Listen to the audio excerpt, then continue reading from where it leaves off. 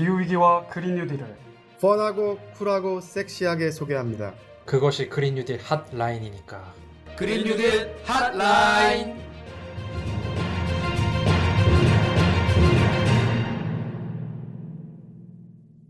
안녕하세요. 기후변화에 대해 한국 정부를 비롯한 각국 정부에서 어떻게 대응하고 있는지 좀 더 깊게 알려드립니다.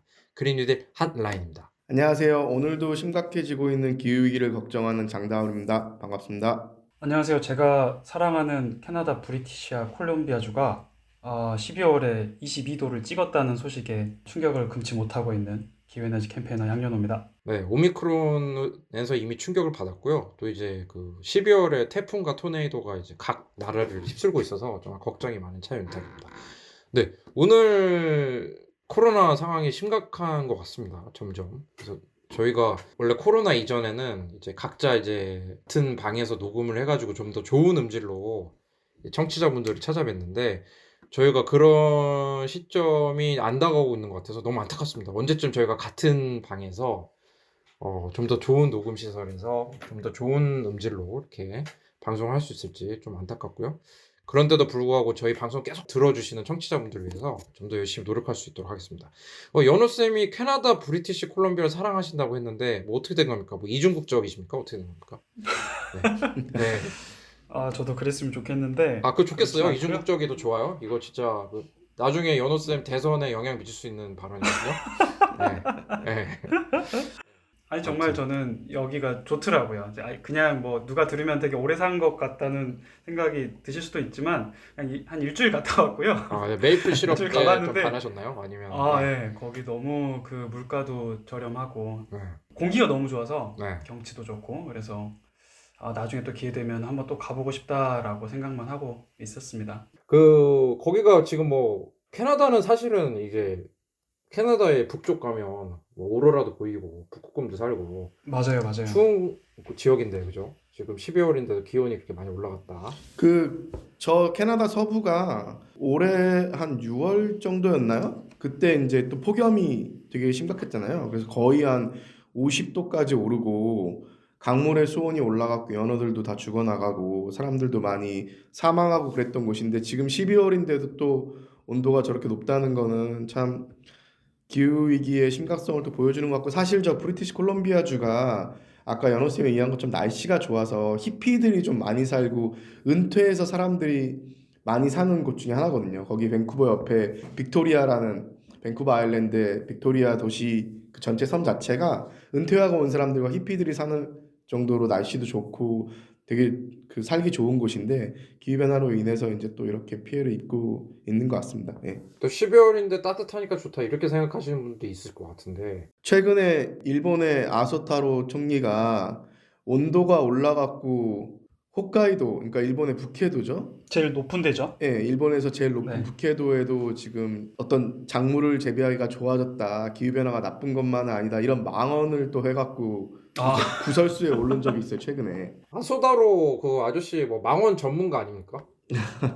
네, 그 망원 많이 하시던 그분 맞죠? 네네, 그래서 북해도 쌀이 맛있어졌다 기후변화로 인해서 이건 온난화 덕분이다. 그래서 야. 지금 기후변화가 나쁜 것만은 아니다 뭐 이런 얘기를 하고 있는데 물론 우리나라도 제주도에서 바나나 조금 더 재배할 수 있게 되고 남쪽 지역에서도 야자수 심게 됐지만 기후변화가 단순히 이렇게 온도만 살짝 오르는 문제가 아니거든요. 그래서 이 기후위기의 심각성을 이해하지 못하는, 그래도 한때는 총리까지 했던 사람이 그런 얘기를 한다는 거는 거의 트럼프급의 망언이 아니었나 싶어요. 그러니까 이게 그렇게 잘 자라는 작물이 생길 수도 있겠지만 또 이면에는 수많은 이제 생물들이 사라져가는 거죠. 그리고 기본적으로 우리 삶을 가능하게 한 안정적인 기후 시스템이 붕괴가 되는 거니까 정말 이런 단편적인 이야기로 기후변화가 좋은 면도 있고 나쁜 면도 있고 별거 아니다 식으로 사람들이 인식할 수 있도록 리더급에 있는 사람들이 얘기하는 건 정말 문제라고 생각합니다. 또 이제 호주가 이제 또 이산화탄소를 많이 배출하잖아요. 거기서 이제 뭐 이산화탄소 배출을 줄일 생각은 이제 뭐 포기했는지 뭐 블랙박스 같은 걸 만든다고 뭐 기사를 봤는데 무슨 내용입니까 이게? 최근에 이슈가 됐는데요. 이제 Earth 블랙박스라고 하면 보통 우리가 뭐 비행기 같은 거 사고 나면 어떻게 사람들이 이 사고로 인해서 죽게 되었는지를 이유를 찾기 위해서 블랙박스를 수거해서 분석을 하잖아요. 그럼 그 안에 어떤 이유로 인해서 비행기가 어떤 문제가 생겨갖고 어떻게 추락하고 이런 것들을 알 수 있는 정보가 들어있는 건데 지금 우리 기후위기가 계속 심각해지면서 그리고 기후위기 해결의 속도가 붙지 않으면서 호주에서 몇 개 단체가 같이 지구 블랙박스라는 거를 태즈메니아 쪽에 있는 데다가 만들고 있어요, 현재. 한번 검색해 보시면 좋은데 모양만 보면은 마치 무슨 현대미술 건축물 같기도 하고 큰 건물 같기도 한데 이 안에 기후 관련된 한 500가지가 넘는 데이터들을 저장할 수 있는 이런 저장 장치가 안에 들어있대요. 그래서 지금 현재 기후변화가 어떻게 진행되고 있는지를 다 저장을 하고 그다음 인류가 이 기후변화에 어떻게 대응했는지도 다 저장을 하게 된다고 해요. 그래서 혹시나 이제 나중에 우리 인류가 정말 기후위기를 위해서 종말하게 되면은 그 이후에 뭐 외계인이 됐건 아니면 후손이 다시 생기건 누가 왔을 때 얼마나 기후위기에 제대로 대응을 못해서 우리 인류가 멸종하게 됐는지에 대한 정보를 알 수 있도록 어떤 불멸의 장부 역할을 할 것이라고 하면서 이걸 하고 있다는데 목적은 제 생각엔 두 가지인 것 같아요. 정말로 정보를 그렇게 저장하는 목적도 있지만 동시에 그만큼 지금 상황이 심각한데 제대로 대응이 안 되기 때문에 이렇게 블랙박스까지 설치할 정도로 우리가 지금 바보같이 대응하고 있다. 그래서 멸종되지 않도록 정말 적극적으로 대응해야 된다는 메시지를 주고 싶어서 그런 게 아닐까 싶어요. 또 그런 상황에서 또 이제 또 댓글이 또 하나 남았는데요. 그 연호쌤 한번 댓글 한번 소개해 주시죠. 저희가 진짜 이 댓글을 소개를 해도 괜찮을지 이 녹화 전에 상의를 했었는데 청취율이 안 나오기 때문에 합시다. 네. 그래도 떨어져가지고 청취해주신 분께서 남겨주신 소중한 또 의견이기 네네. 때문에 저희가 또 소개를 해야 될 것 같아서 말씀드릴게요. 유튜브에 남겨주신 댓글이고요. 슬퍼맨님께서 네. 이렇게 말씀해 주셨어요. 환경이 심각한 건 예전부터 생각합니다. 문제는 태양열, 풍력으로 뭘 한다던 이 정부가 지네들끼리 멀쩡한 산 깎아서 태양열 만든다고 하면서 어떻게 됐는지 아시리라 생각함. 풍력도 말도 안 되고요. 지네들끼리 잘해먹은 정권임. 이렇게 아주 센 댓글을 남겨주셨어요. 저희가 이 댓글을 소개할까 말까 뭐 고민한 거는 이제 그린피스는 이제 정치적 중립성이니까 괜히 오해를 살까봐. 이 부분에 대해서 뭐 설명을 드리면 슬퍼맨님께서 느끼시는 것처럼 재생에너지가 설치되면서 우리가 요즘 그 전국을 여행 다니다 보면은 가끔씩 이제 산 한쪽 면을 다 깎아서 정말 너무 보기 싫게 태양광이 설치된 경우도 있잖아요, 분명히. 그래서 저 미관상으로 볼 때도 좋지 않고 그 다음에 예전에 언론에서도 보도가 됐는데 이제 폭우가 왔을 때 태양광이 이제 산사태 뭐 주범이다 이런 식으로 보도가 된 적이 많아서 아무래도 재생에너지에 대해서 좀 부정적인 의견을 갖고 계신 국민분들도 분명히 많이 늘어난 건 사실인 것 같아요. 근데 팩트만 좀 보면은 사실 우리가 지금 우리 전력을 생산하는 데 있어서 한 65% 정도가 석탄, 천연가스, 석유와 같은 화석연료가 차지하고 있거든요. 그러면은 이렇게 온실가스를 다량으로 배출하는 화석연료가 65%나 되니까 전력 비중에 있어서 이거를 대체를 해야 된다는 거죠.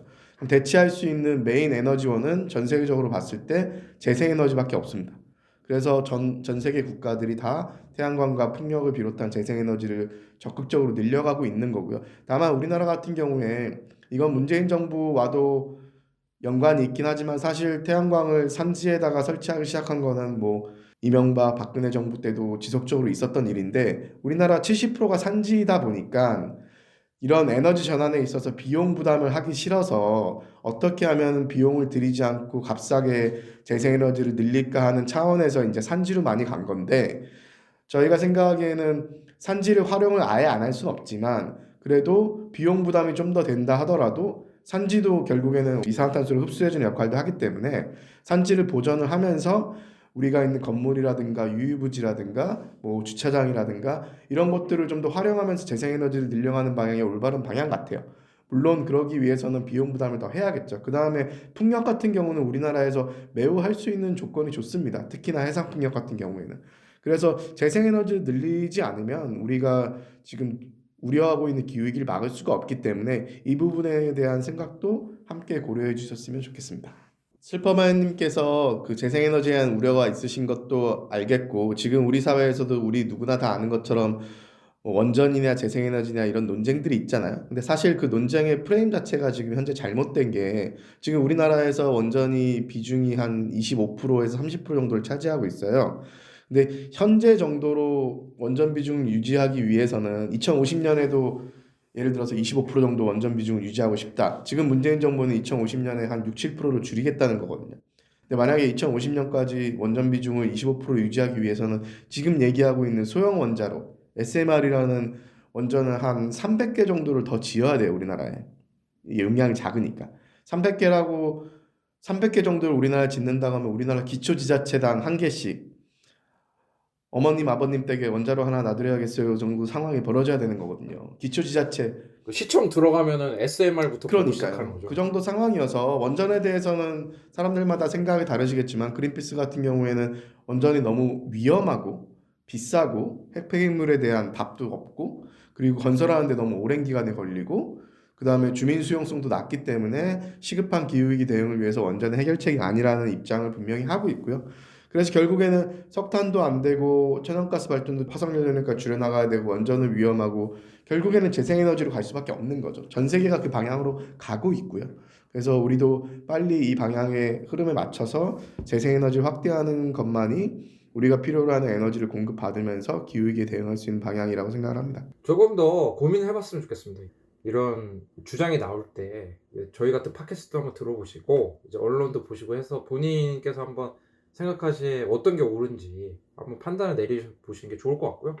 정말로 이제 재생에너지의 가격이 낮춰지고 있고 물론 재생에너지도 환경을 파괴하는 부분이 있지만 정말 다른 에너지와의 비교를 했을 때 상대적으로 훨씬 더 깨끗하고 안전한 에너지이기 때문에 비교조차 되지 않을 정도로 환경에 미치는 영향이 적죠. 완벽한 에너지는 아니지만 예. 그 뭐 방사선 폐기물 장 같은 거를 또 어디다 질 것이며 이미 그 원전 밀집 지역이 이제 지역 주민들은 굉장히 이제 또 두려움과 이제 불만 속에서 살고 계시거든요. 근데 SMR 같은 걸 짓는다면은 정말 답이 안 나옵니다. 질 수나 있을지. 아무튼 저희가 오늘 또 댓글까지 소개를 해봤고요. 연호쌤이 좋아하시는 나라는 캐나다라는 것까지 알게 됐는데 저희가 오늘은 좀 정치권 얘기에서 좀 살짝 벗어나서 이번에 그린피스에서 한국, 중국, 일본의 IT 기업이 재생가능 에너지를 얼마나 쓰고 있는지 기후변화에 잘 준비가 됐는지 그런 보고서를 냈다고 해요.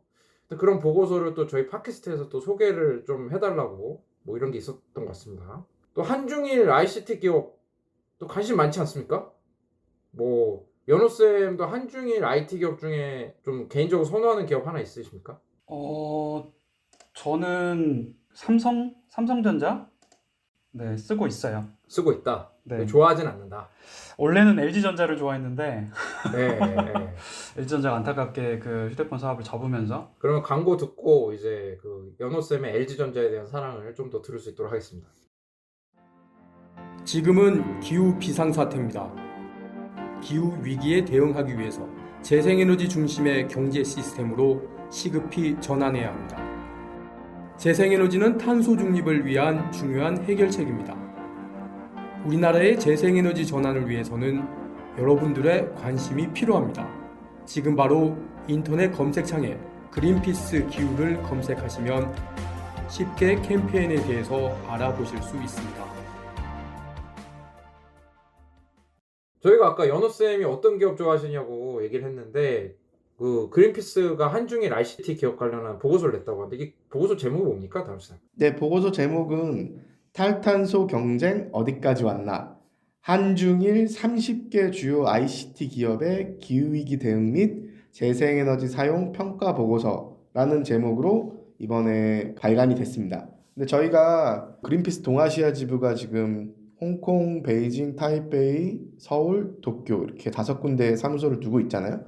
그래서 한중일 국가가 뭐 G20에도 들어가고 전 세계적으로 되게 중요한 경제 규모를 가지고 있는 국가이기 때문에 또 전 세계 ICT 기업들의 많은 숫자가 한중일에 속해 있어서 이번에 한국과 중국과 일본의 ICT 기업들이 이런 시급한 기후위기 대응에 어떻게 대응하고 있는지를 한번 비교해보는 게 의미가 있겠다 싶어서 베이징에 있는 동료들이랑 도쿄에 있는 동료들이랑 한국에 있는 동료들이 함께 이 보고서를 준비하게 됐고요.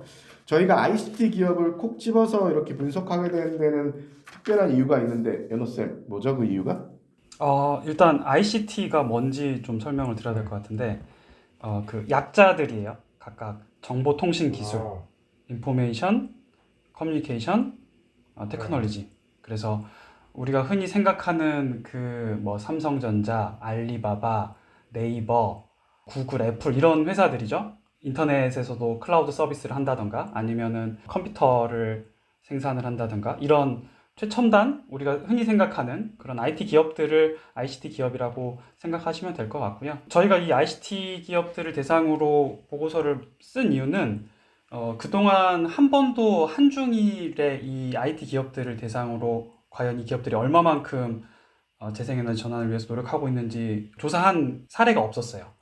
그린피스가 최초로 여기에 대해서 조명을 해봤고 각 개별 국가별로는 이런 보고서들을 저희가 이제까지 쭉 발행도 하고 캠페인도 해왔거든요. 근데 이번 기회에 한번 그 동아시아의 요즘 이상기후들이 많이 심각해졌잖아요. 중국도 그렇고 우리나라, 일본 역시 마찬가지로 해가 갈수록 이런 피해들이 심각해지고 있기 때문에 이 ICT 기업들이 얼마만큼 기후 위기에 노력하고 있는지를 조금 확인해 보고자 같이 힘을 모아서 보고서를 발행하게 됐습니다. 그럼 ICT 기업들의 온실가스 배출이 큰가요?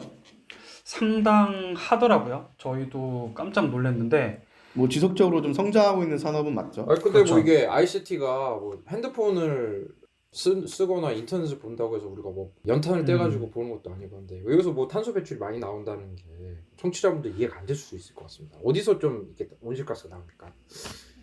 저희도 이번 보고서를 준비하면서 되게 놀랐던 게 이 ICT 산업이 국내 총 생산의 한국만 봤을 때요. 국내 총 생산의 23% 정도에 국내 해당해요. GDP의 근데 23%가 ICT 산업 그렇죠. 배출액이라는 거죠? 생산액. 예. 뭐 아무래도 우리나라가 제조 국가다 보니까 그리고 인터넷 강국이다 보니까 이 비율이 상당히 높은 것 같은데 이 2019년에 이 ICT 산업에서 배출된 온실가스량이 놀라지 마십시오. 시멘트 우리나라에서 생산할 때 나오는 배출량보다 1.5배가 더 많더라고요. 시멘트가 좀 더 많을 것 같은데 왜냐면 시멘트는 약간 그 뭐 광산에서 캐내고 뭐 또 이제 화학 작용도 있고 뭐 해가지고 그쵸. 되게 저희가 생각하는 이미지는 온실가스 되게 뿜뿜할 것 같고 되게 더러운 산업처럼 이렇게 보이고 뭔가 되게 ICT는 깨끗하고, 되게 그죠? 깨끗하고 그죠.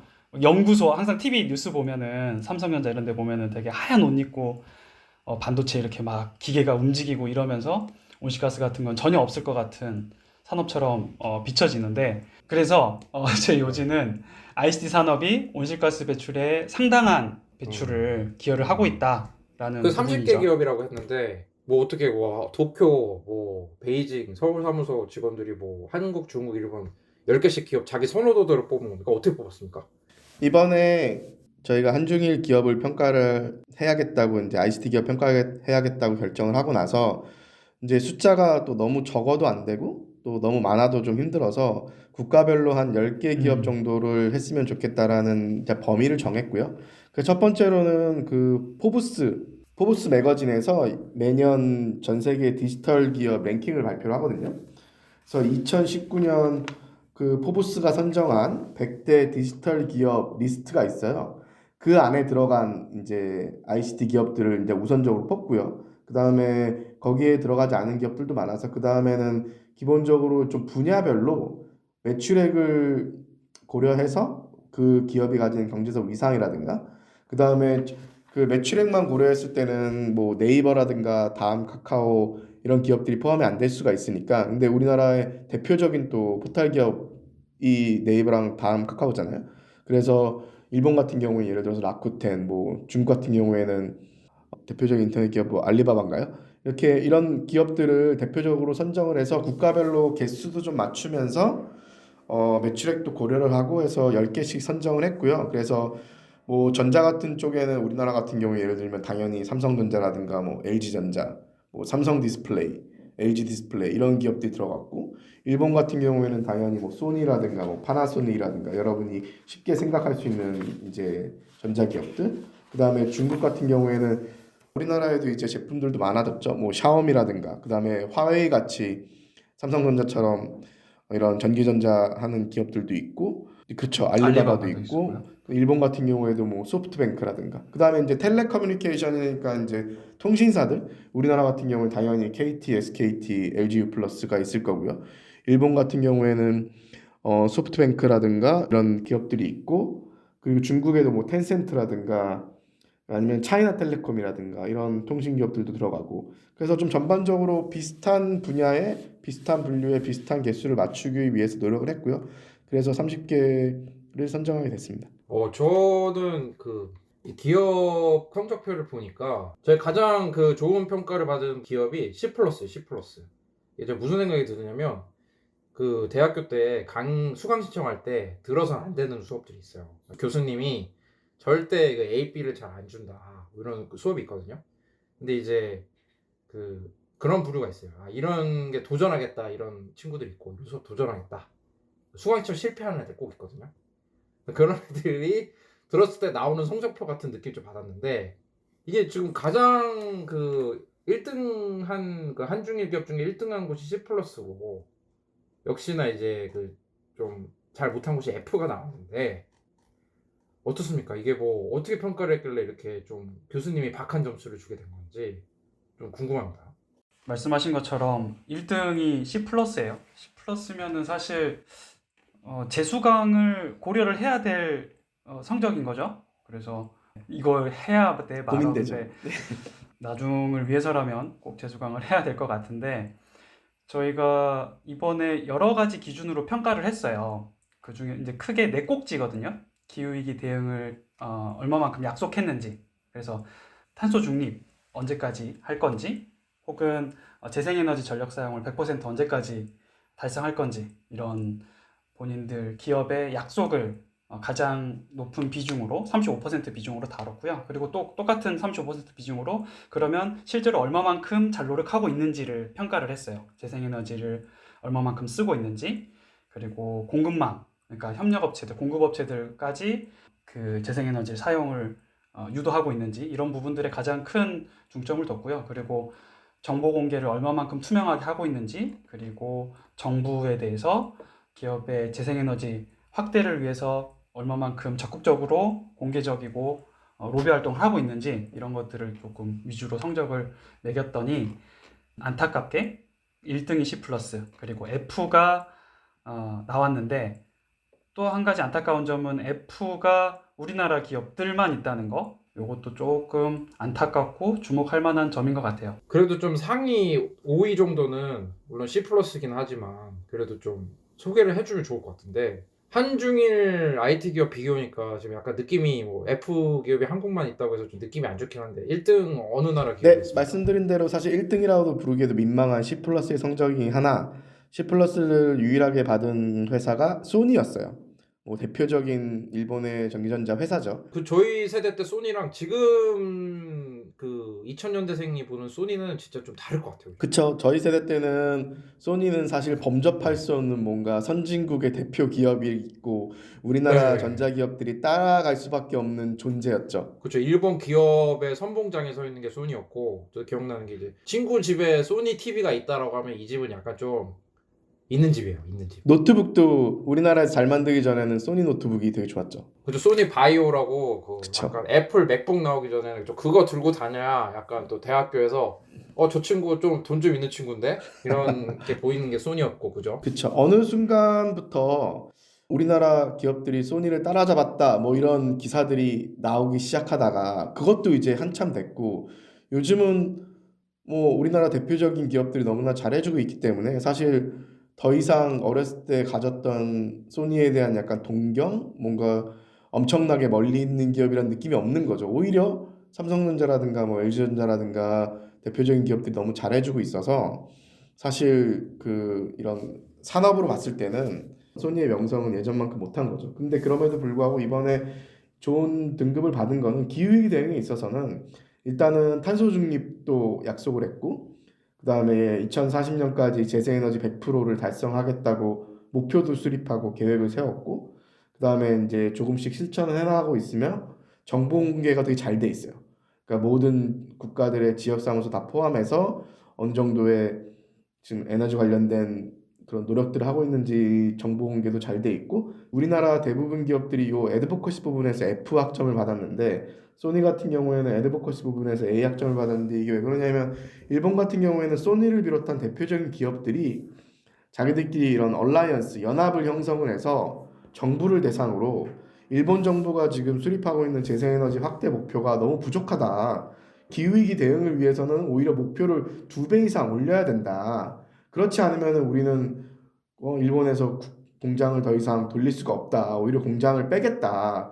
이런 식으로 정부를 더 압박을 하고 정부가 더 시급하게 기후위기 대응을 할 수 있도록 기업이 먼저 나서서 이야기를 하고 있거든요. 여기에서도 소니가 역할을 했기 때문에 이 부분에 있어서 좋은 점수를 받은 것 같습니다. 그러니까 정부 대상으로 기업이 이 필요한 기후변화 대응을 위해서 필요한 부분을 적극 어필하는 거. 아까 그 아소다로 막 이런 아저씨들 대상으로 하니까 얼마나 힘들겠어요. 그쵸. 우리나라 같은 경우에는 이제 정부에서 좀 대응을 좀 하려고 해도 기업이나 산업계에서 그러면은 경제에 부담된다. 사실 대응을 하지 않는 게 경제에 더 큰 부담이 되고 피해로 다가오는 건데 기업계에서는 이런 야심찬 기후위기 대응 얘기를 조금만 얘기해도 경제에 부담된다, 안 된다, 우리나라 경제를 고려했을 때, 우리나라 산업을 고려했을 때 안 된다 이런 얘기만 하고 있거든요. 그렇죠. 우리 막 지금 뭐 어떡하려고 이거 기후변화 이거 대응 속도 너무 빠른데 이거 기업 다 망하라는 거냐 이렇게 얘기 나오니까 좀 소니 같은 데는 좋은 점수 주는 거죠. 그죠? 그쵸.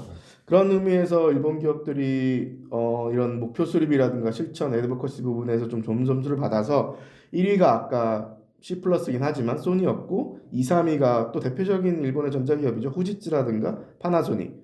우리나라 사람들이 대부분 알고 있는 그런 기업들이었고 4위가 이제 한국 기업이 처음으로 나옵니다. LG전자가 이제 C- 등급으로 연호쌤이 좋아하시는 이유가 있네요. 저도 한때 LG 휴대폰과 지금 네. 노트북도 LG 그램을 쓰고 있긴 한데 네. LG전자가 목표 수립은 조금 그나마 좀 나아요. 이제 목표 수립은 그나마 좀 난데 사실 실천 부분에 있어서는 뭐 그렇게 잘하고 있진 않고요. 일단 목표를 수립한 데 있어서 좋은 점수를 받았고 그다음에 애드버커시 부분에서는 역시 LG전자도 F를 받고 투명성 부분에서 이제 조금 어려운 얘기일 수 있는데 보통 기업이 온실가스 배출을 한다고 하면은 세 가지 이제 종류의 배출이 있는 거거든요. 첫 번째가 자기들이 이런 제품을 만드는 과정에서 직접 배출하는 직접 배출이 있고요. 이거를 스코프 1이라 그래요, 보통. 그 다음에 전기나 이제 열원 같은 것들을 갖다가 쓰잖아요. 근데 그 전기를 생산하는 과정에서 온실가스가 배출이 됐을 거 아니에요? 그것도 그 기업이 그 전기를 갖다 썼기 때문에 배출되는 거니까 그거를 이제 스콥 2 간접 배출로 잡아요. 그 다음에 스콥 3라고 해서 이 제품을 사용하거나 아니면은 LG전자의 협력업체들이 납품을 할 거 아니에요, 부품을. 그 협력업체들이 납품하는 그 부품을 만드는 과정에서 배출되는 것들도 어떻게 보면 LG전자가 최종 완성품을 만들기 위해서 배출이 되는 거니까 이거를 스콥 3로 잡거든요. 외부 배출이라고도 하고요. 그래서 이런 직접 배출, 간접 배출까지는 보통 기업들이 다 공개를 하고 있는데 스콥 3, 즉 외부 배출까지 모든 지역 사무소를 대상으로 공개한 거는 LG전자가 아마 되게 드문 경우였어요. 그래서 그런 부분에서 좀 정보 공개 차원에서 점수를 좋게 받았고요. 그 우리가 뽑은 10대 기업 중에 한국 기업 중에 1위고 이제 한중일 중에 4위이고 5위는 어떤 기업입니까? 5위는 일본의 대표적인 인터넷 기업이죠. 라쿠텐이 네. 이제 5위를 차지했습니다. 라쿠텐이 한국으로 따지면 뭐 어떤 기업입니까? 전자상거래도 하고 인터넷 쇼핑몰도 운영을 하는 회사라서 우리나라 따지면 쿠팡?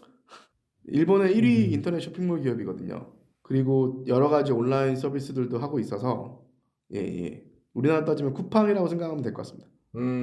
그래서 라쿠텐까지 이제 5위 정도 기업인데 저도 그러니까 소니랑 파나소닉이랑 약간 좀 이렇게 반가운 이런 기업들 이름이 많이 있어요. 옛날에 우리 저 워크맨 들고 다닐 때 이렇게 파나소닉 이런 소니 이런 브랜드 많이 갖고 다녔었는데 아까 다울쌤까지 말씀하셨지만 한 5년 전인가 아니면 10년 전에 일본 상위 5대 무슨 전자기업 다 합친 매출이 삼성전자만 못하다 막 그랬었거든요. 근데 지금 약간 탄소 배출 이런 저감 활동에서는 또 좀 앞서 나가고 있네요. 그러면 이제 그 하위 5개 기업 안 볼 수가 없는데요. 어느 곳이 좀 차지했는지 연호쌤께서 좀 한번 소개해 주시죠. 하위 5군데는 한국과 중국이 많이 섞여 있네요.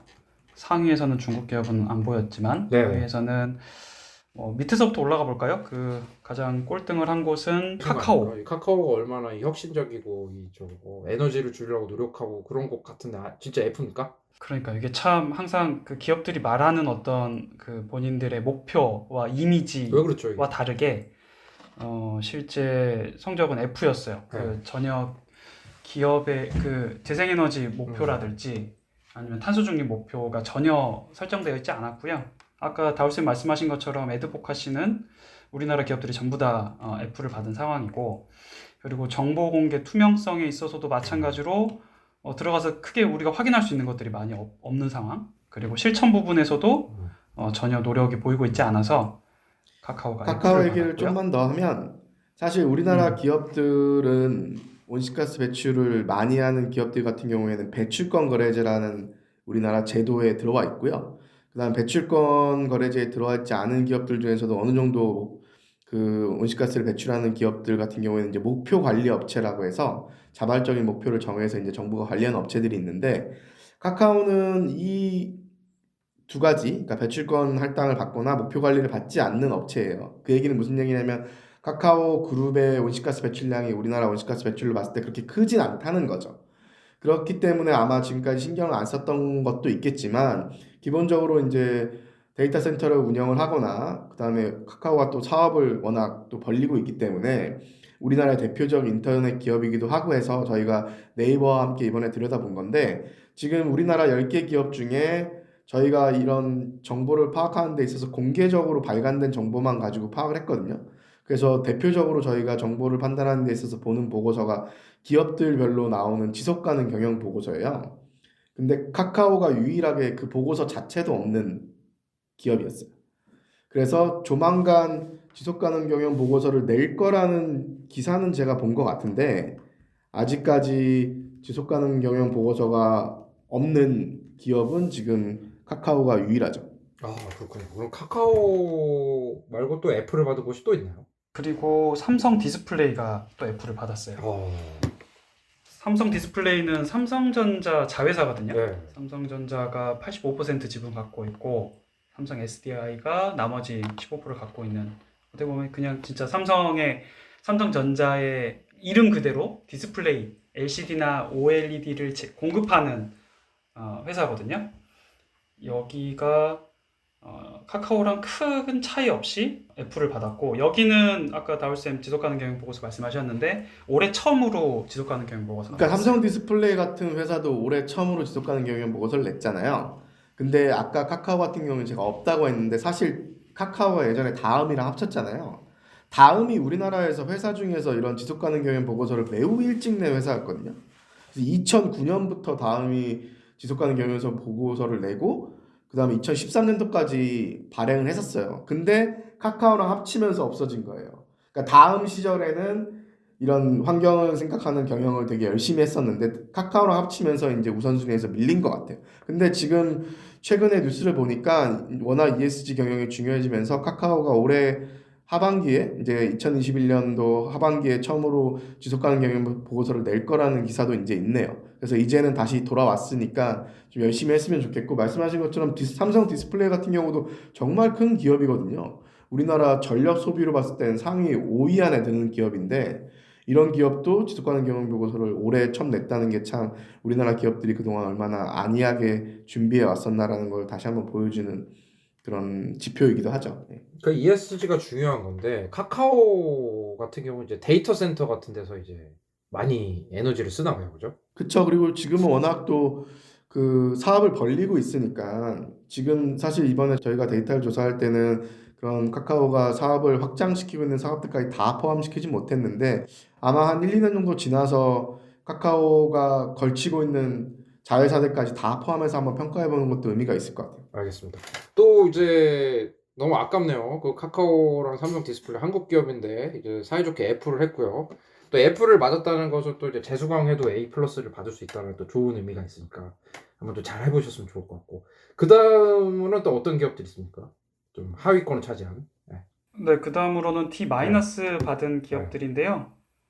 중국 알리바바와 샤오미, 그리고 우리나라의 LG U+, 요 세 기업이 D-로 그래서 공동 D- 차지했어요. 받은 데가 많네요, 그죠? 어디가 또 있나요? LG 디스플레이. 네, LG 디스플레이도 있고 중국 그 데이터 센터 업체인 GDS도 있고요. 이게 샤오미 또 굉장히 또 인기가 좋은 데잖아요, 그죠? 우리나라에서도 지금 요즘 네.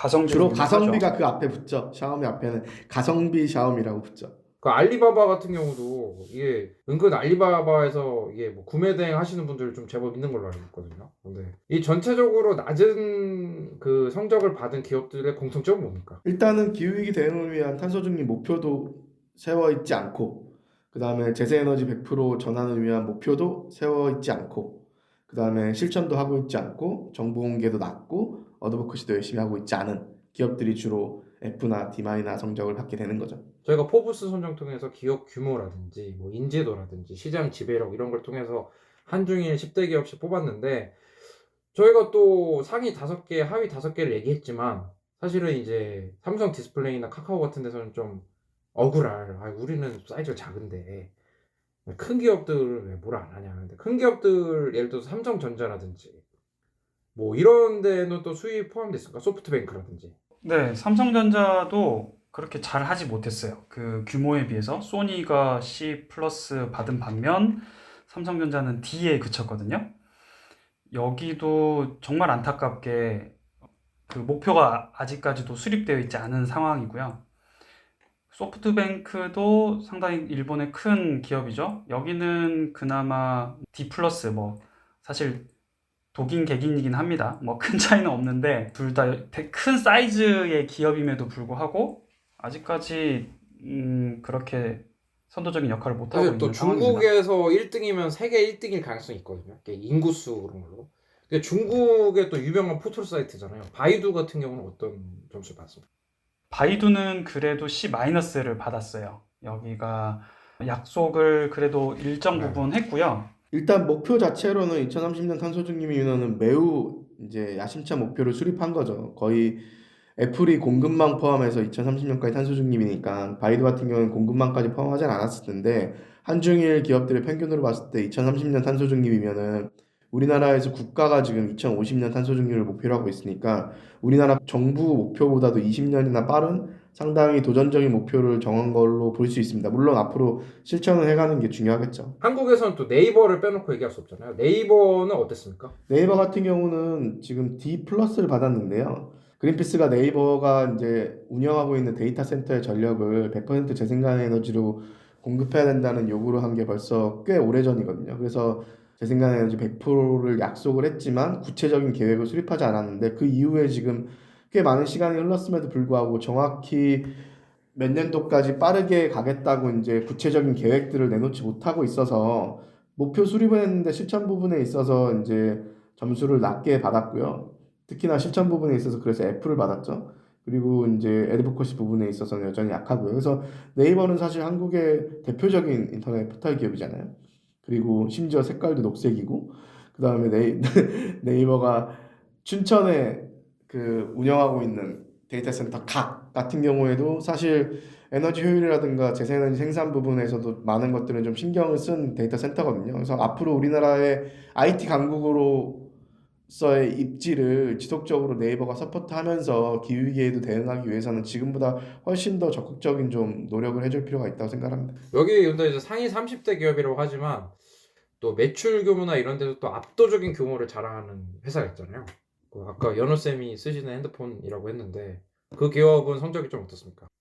삼성전자가 아까 잠깐 말씀드렸지만은 D를 받았어요. 그 아직까지 탄소 중립이나 재생에너지 목표를 발표를 안 하고 있는 상황이거든요. 저희가 삼성전자를 대상으로 꽤 오랫동안 캠페인을 해왔고 지금도 정기적 혹은 비정기적으로 소통을 하고 있는데 여기서도 뭔가 발표를 준비하고 있다고는 하지만 그 수준이 과연 얼마만큼 글로벌 스탠다드 우리가 이야기하는 애플이나 마이크로소프트 이 정도 급이 맞는 기업들 수준에 맞게끔 나올지는 지켜봐야죠. 진짜 삼성전자가 정말 어마어마한 기업이잖아요. 아, 그럼요. 삼성전자는 정말 어마어마한 기업이죠. 진짜 세계에서 항상 뭐 매출 규모로 시총이라고 하죠. 그 가치 규모로 했을 때 항상 뭐 12에서 15에 왔다 갔다 하는 기업이고 뭐 브랜드 가치로는 뭐 1에서 5에 왔다 갔다 하는 기업이고 그러다 또 이제 또 한국 사람들이 엄청 좋아하는 기업 아니겠습니까? 또 이제 우리 외국 나가면은 where are you from 하면은 뭐 저기 뭐 삼성 현대 뭐 이러잖아요. 뭐 한국에서 왔다고 얘기도 해주고 그러는데 어떻게 뭐 또 삼성이 또 마음을 먹으면 또 잘하지 않습니까? 지금 어떻습니까, 지금? 삼성전자는 사실 이 한중일 순위에서 이 정도의 성적을 받는 거는 매우 부끄러운 일이죠. 왜냐하면은 뭐 디램이나 낸드 플래시나 아니면 핸드폰이나 뭐 TV 같은 경우 전 세계 1위 기업이잖아요. 시장 점유율. 그리고 아시아 전체 기업 중에서 매출액으로는 삼성전자가 2위거든요. 토요타 다음으로. 근데 순이익으로 보면 삼성전자가 1위예요. 아시아 전체에서. 그러니까 정말 엄청난 기업이고 아까 얘기했던 포브스 디지털 랭킹에서도 삼성전자는 최상위권에 위치하고 있는데 2018년 6월에 삼성전자가 약속을 해요. 중국이랑 유럽이랑 미국에 있는 삼성전자의 모든 공장과 사업장에서 쓰는 전력을 2020년까지 100% 재생에너지로 달성하겠다. 그리고 실제 작년까지 그 목표를 맞추거든요. 근데 삼성전자를 글로벌한 차원에서 보면은 미국과 중국과 유럽의 온실가스 배출량이나 전력 사용량 같은 경우가 삼성전자 전체의 전력 사용량의 한 20%밖에 되지 않아요. 나머지 80%는 한국과 베트남에서 발생하거든요. 근데 한국과 베트남에서는 재생에너지 사용에 매우 미흡한 실적을 보이고 있죠. 그래서 삼성전자가 미국에서는 재생에너지 100%를 이미 찍었기 때문에 미국 정부로부터 재생에너지 확대에 앞장서는 기후위기 대응에 앞장서는 기업으로 상도 받고요. 그 다음에 미국에서는 재생에너지 100%를 인증서를 구매한다던가 뭐 녹색요금제를 활용한다든가 이런 걸 통해서 달성을 했는데 2024년 3년 뒤죠. 2024년 초까지 미국에서 신규 재생에너지 프로젝트를 발굴을 하고 개발을 해서 이걸 활용해서 삼성전자의 모든 사업장과 시설들의 전력을 100% 재생에너지로 공급하겠다. 그러니까 이미 100% 찍었는데 더 좋은 재생에너지 프로젝트를 발굴해서 앞으로도 그 100% 유지하겠다. 이런 계획을 갖고 있을 정도로 엄청나게 기후위기 대응에 리더십을 발휘하고 있어요. 근데 국내와 베트남에서는 그걸 안 하고 있는 거죠. 그 제가 이제 또 저희는 또 이런 서울의 사무소다 보니까 한국 기업에 대해서 집중적으로 얘기를 하는데 이제 아마 도쿄 사무소는 일본 기업을 대상으로 얘기를 할 거고 베이징 사무소는 그 중국 기업들 대상으로 얘기를 할 텐데 그 저희가 지금 얘기하는 IT 기업들의 공통점이 뭐냐면 그 사내 유보금이라고 하죠. 그러니까 투자를 하지 못하고 쌓아놓고 있는 금액이 진짜 어마어마합니다. 삼성전자 같은 경우는 올해만 사내 유보금이 10조 원이 늘어났다고 하더라고요. 그래서 정말 사내 유보금, 그러니까 안에 쌓아놓고 있는 금이 거의 100조 원에 가까워요. 그중 일부만 이런 조금 탄소 배출 저감 활동에 쓴다고 하면 얼마나 좋을지. SK 하이닉스도 뭐 사내 유보금이 보니까 뭐 40조 원이 넘고, 이제 뭐 네이버도 사내 유보금이 뭐 6조 원이런데, 그게 뭐 저희가 뭐 이게 다 같이 살자고 이제 그 하는 거 아닙니까? 그 기후 변화를 이제 막아내야지만 또 이제 기업의 시장이 유지가 되는 건데 좀 안타까운 것 같습니다. 특히나 이번에 저희가 이 ICT 기업을 대상으로 조사를 한 이유 중에 또 하나도 삼성전자는 그냥 삼성전자가 아니라 그 공급망에 한 2천여 개 협력업체들이 있거든요. 근데 지금 애플이 이미 재생에너지 100%를 달성을 하고 탄소 배출도 거의 아까 저희가 말씀드린 직접 배출이나 간접 배출, 스코어 1, 2를 합치면 거의 제로로 만든 상태에서 애플은 2030년까지 공급망에 있는 모든 협력업체들까지 포함해서 공급망까지 포함한 온실가스 배출을 제로로 만들겠다고 선언을 하고 지금 실천을 해나가고 있거든요.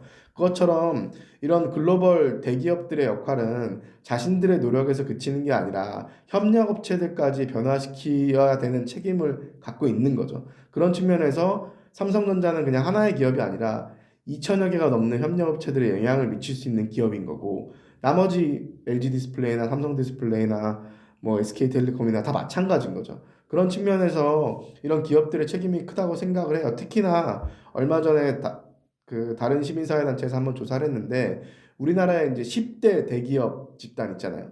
그러니까 뭐 삼성이라든가 현대자동차라든가 뭐 GS라든가 이런 10대 대기업 집단의 온실가스 배출량을 다 조사를 해봤더니 계열사들의 우리나라 전체 온실가스 배출의 64%가 이 10대 대기업 집단과 한국전력을 합친 11개 대기업 집단이 우리나라 온실가스의 64%를 배출하고 있거든요. 그러니까 사실상 이 10대 대기업 집단 그리고 협력업체를 거느린 이런 대기업들이 리더십을 발휘하고 역할을 해줘야 우리가 기후위기 대응에 한 발 더 나아갈 수 있다는 것을 보여주는 수치라고 할 수 있어요. 저희가 이런 보고서를 내고 또 발빠르게 움직이는 기업들이 있다면서요. 또 그린피스 보고서를 보고 또 한중일 기업 중에서는 또 아, 맞다. 그린피스 얘기가 일리가 있다.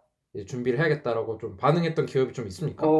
네, 저희 보고서 나오고 나서 두 군데 기업이 저희 어떤 보고서에 화답하는 차원처럼 마치 보이는데 그 2030년까지 스콥 3까지 포함한 그러니까 공급업체들의 배출량까지 포함해가지고 2030년까지 모두 다 획기적으로 줄일 수 있도록 재생에너지로 전환하겠다라고 발표한 것이 두 군데나 돼요. 두 군데 다 모두 중국 기업이었는데 하나는 아까 앞서 그 데이터 센터 운영업체인 GDS라는 곳이 있었고 여기는 많은 분들이 잘 알진 못하시죠? 근데 중국에서는 다섯 손가락 안에 드는 꽤 큰 업체예요. 근데 여기도 2030년까지 탄소 중립 미루고 100% 재생 가능 에너지를 달성하겠다라고 발표를 했고 저희 보고서 발표된 날 바로 반응이 왔었고요. 그리고 한 일주일 정도 이후에 알리바바 지난주 금요일인데요. 날짜로 치면 12월 17일 이때 알리바바도 선언을 했어요.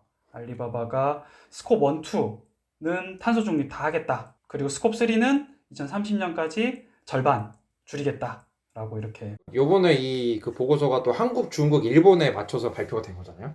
또 한중일 기업, 이 ICT 기업들의 좀 공통점이 있었다면 좀 어떤 점이 있었을까요? 일단 한중일 국가들의 재생에너지 비중이 여전히 낮아서 물론 한국이 그 중에서는 제일 낮고요. 한국이 한 6, 7%밖에 되지 않고 그래도 일본은 한 15% 정도까지 오른 걸로 제가 알고 있고 중국도 한 10%에서 15% 사이로 알고 있거든요.